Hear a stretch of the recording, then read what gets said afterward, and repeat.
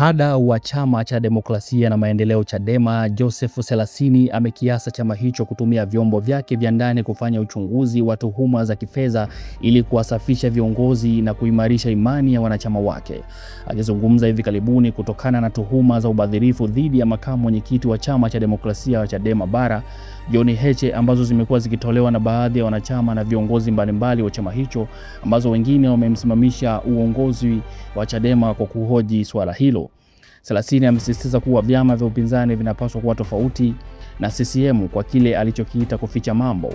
Amedai kuwa upinzani unaoikosoa CCM kwa kuficha mambo, hivyo ni lazima wao waoneshe mfano kwa kuwa wazi zaidi katika taratibu zao. Ninachokisema tu ni kwamba tumemsikia katibu mkuu, na kwa sababu chama chetu ni chama cha kidemokrasia, ni matumaini yangu kwamba hilo jambo litawekwa wazi zaidi, kwa maana kwamba chama chetu ni chombo. Sasa kama kina vyombo ili kuwa contain wanachama, kuwaleta wanachama pamoja, kuleta ule uaminifu wa pamoja, ni vizuri vile vyombo vitakafanya kazi, na kazi ikiwa nzuri, maana yake viongozi wanasafishika. Ameeleza hayo Selasini. Hata hivyo, akizungumza na wanahabari Julai 10 mwaka 2026, katibu mkuu wa Chama cha Demokrasia na Maendeleo John Mnyika alisema kama kuna wanachama yoyote wa chama hicho ambaye ana taarifa zozote za malalamiko, anapaswa kufuata taratibu za kikatiba za chama hicho, na zaidi akaeleza kuwa walikuwa na taarifa kuwa wale ambao wamekuwa wakitoa tuhuma dhidi ya viongozi wamekuwa wakilipwa fedha mpaka milioni 2 kwa lengo la kuchafua viongozi wa Chama cha Demokrasia na Maendeleo. Hapa tukichambua mjadala unaoendelea ndani ya Chama cha Demokrasia na Maendeleo Chadema kuhusu tuhuma za kifedha dhidi ya viongozi, hasa makamu mwenyekiti wa Bara John Heche, kada Joseph Selasini amekiasa chama kutumia vyombo vyake vya ndani kufanya uchunguzi ili kuwasafisha viongozi na kuimarisha imani ya wanachama, huku katibu mkuu John Mnyika akisisitiza kuwa kufuata taratibu na kudai baadhi ya tuhuma zinazohusiana na pesa za kuchafua ni jambo la muhimu.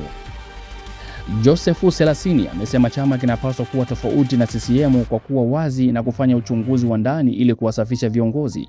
Anasisitiza kuwa upinzani unaoikosoa CCM kwa kuficha mambo, hivyo inapaswa kuwa mfano wa uwazi. Amesema vyombo vya chama vinapaswa kufanya kazi yake ili kuwaleta wanachama pamoja na kuimarisha uaminifu.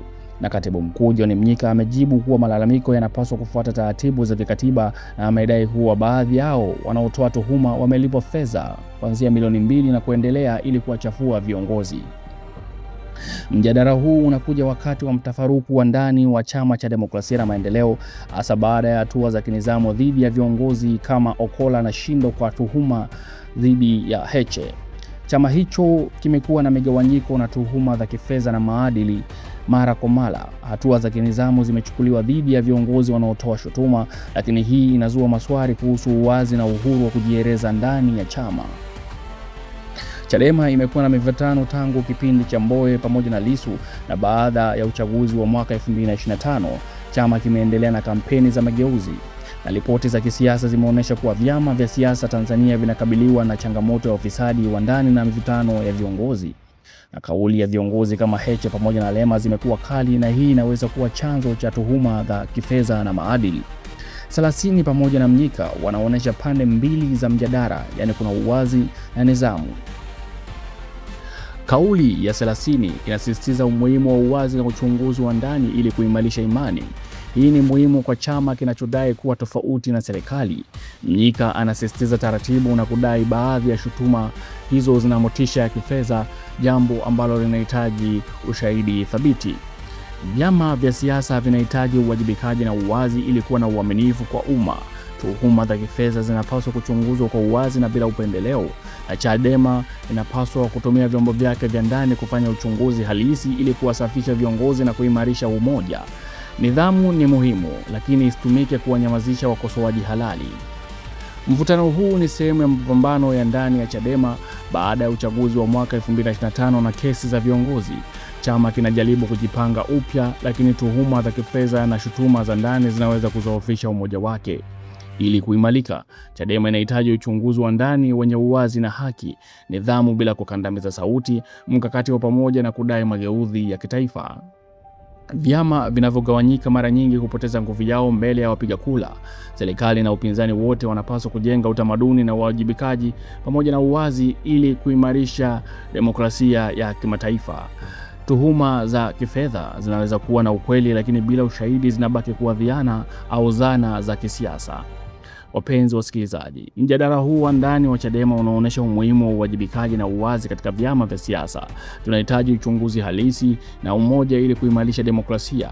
Je, nini maoni yako wewe ndugu mpenzi msikilizaji kuhusiana na hayo yanaendelea sasa hivi kwenye Chama cha Demokrasia na Maendeleo, ambapo kila siku mwanachama mpya anaibuka na kuitisha press conference kwa ajili ya kutoa shutuma dhidi ya makamu mwenyekiti wao John Heche kuwa kuna fedha zile za tone ambazo zimepigwa na inaonekana kama kuna watu wako nyuma ya hili kitu. Na Chadema inasema kwamba kuna watu wako nyuma zidi ya hawa watu wanaojitokeza hadharani na kuitisha press conference kila siku kumshutumu John Heche. Anasema kuna watu wako nyuma yao wanachangia hili liendelee na wanalipwa kuanzia milioni 2 na kuendelea. Je, wewe nini maoni yako kuhusiana na haya yanaendelea? Je, huu ni mkakati mpya wa kuivuruga zaidi Chadema au kuna nini kiko nyuma ya pazia? Na kwa nini watu hao waanze kujitokeza sasa hivi na kwa kufuatana hivi? Walikuwa wapi hapo mwanzo kipindi hicho mpaka sasa hivi?